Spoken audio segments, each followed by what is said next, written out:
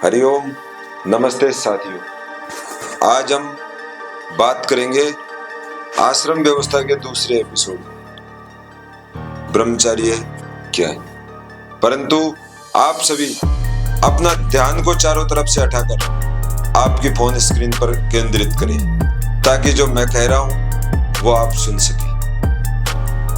साथियों, ब्रह्मचर्य आश्रम व्यवस्था का एक महत्वपूर्ण हिस्सा है और 0 से 25 वर्ष तक की अवस्था को ब्रह्मचर्य व्यवस्था कहते हैं, ब्रह्मचर्य आश्रम कहते हैं। साथियों, इस व्यवस्था के अंतर्गत व्यक्ति को अपना जीवन निर्माण करने के लिए, अपना उज्जवल भविष्य करने के लिए, अपने जीवन रूपी हीरे को चमकाने के लिए जो अनुशासन पालन करने की, सेवा करने की, चरित्र निर्माण करने की जो कठिनाइयां होती हैं उनको सरलता से और सहजता से पार किया जा सकता है, परंतु वो अपने माता पिता, गुरु आदि सम्मानीय लोगों का अनुसरण करें। साथियों, ब्रह्मचर्य क्या है?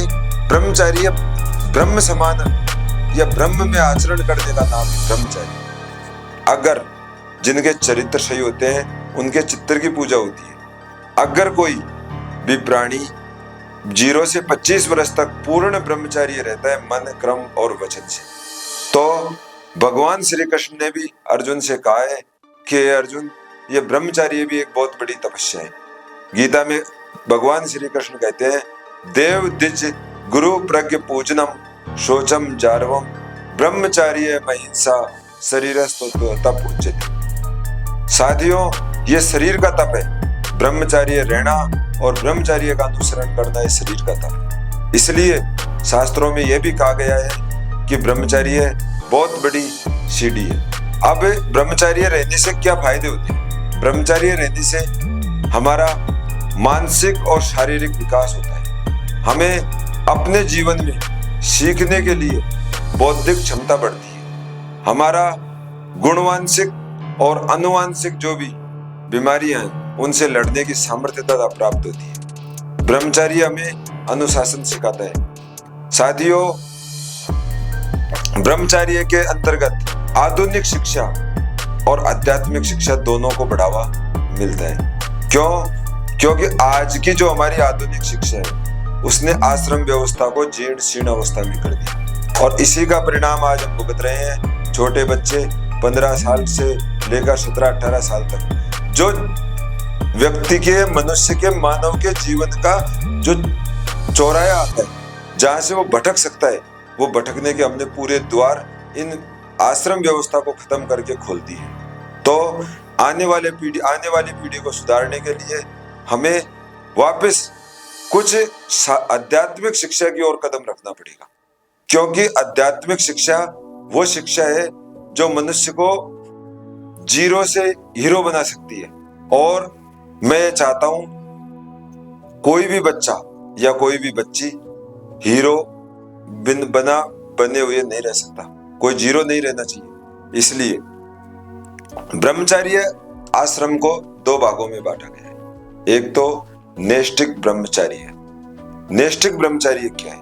नैष्ठिक वो उत्तम कोटि का ब्रह्मचर्य है जिसमें मनुष्य को जीवन भर ब्रह्मचर्य का पालन करना पड़ता है और गृहस्थ तथा वानप्रस्थ आश्रम को छोड़ देता है और ब्रह्मचर्य आश्रम से सीधा संन्यास आश्रम की ओर कदम उठा लेता है। इसके अंतर्गत संत, महापुरुष, तपस्वी लोग और साधु और सन्यासी आते हैं। साथियों, शंकराचार्य जी ने संन्यास को सर्वोपरि धर्म भी बताया।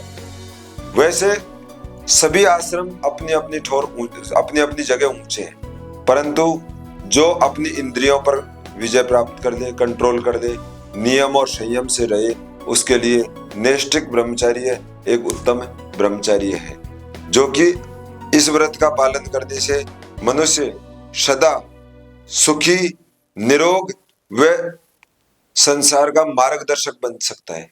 इसलिए जिनका अपने आप पर नियम संयम है, इंद्रिय पर कंट्रोल है, वो अवश्य ही अधिक से अधिक नैष्ठिक ब्रह्मचर्य का पालन करे और समाज निर्माण में राष्ट्र निर्माण में और व्यक्तित्व की ऊंची बनाए रखने के लिए सभी का सहयोग करें। साथियों, दूसरा जो ब्रह्मचर्य है वो उपकोवार्ण ब्रह्मचर्य होता है। उपकोवार्ण ब्रह्मचर्य हमें एक सामाजिक और पारिवारिक व्यवस्था के अंतर्गत बंधन में बांधता है। साथियों, उपकोवार्ण ब्रह्मचर्य अर्थात गृहस्थ आश्रम में जो प्रवेश कर जाते हैं उन्हें उपकोवार्ण ब्रह्मचर्य कहते हैं।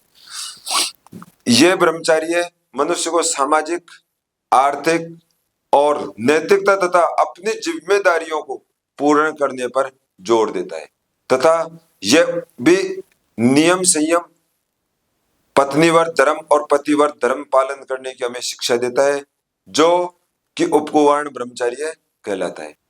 साथियों, अगला वीडियो गृहस्थ आश्रम क्या है और यह कितने प्रकार का होता है, उत्तम गृहस्थी किसे कहते हैं, इस पर हम बात करेंगे। धन्यवाद।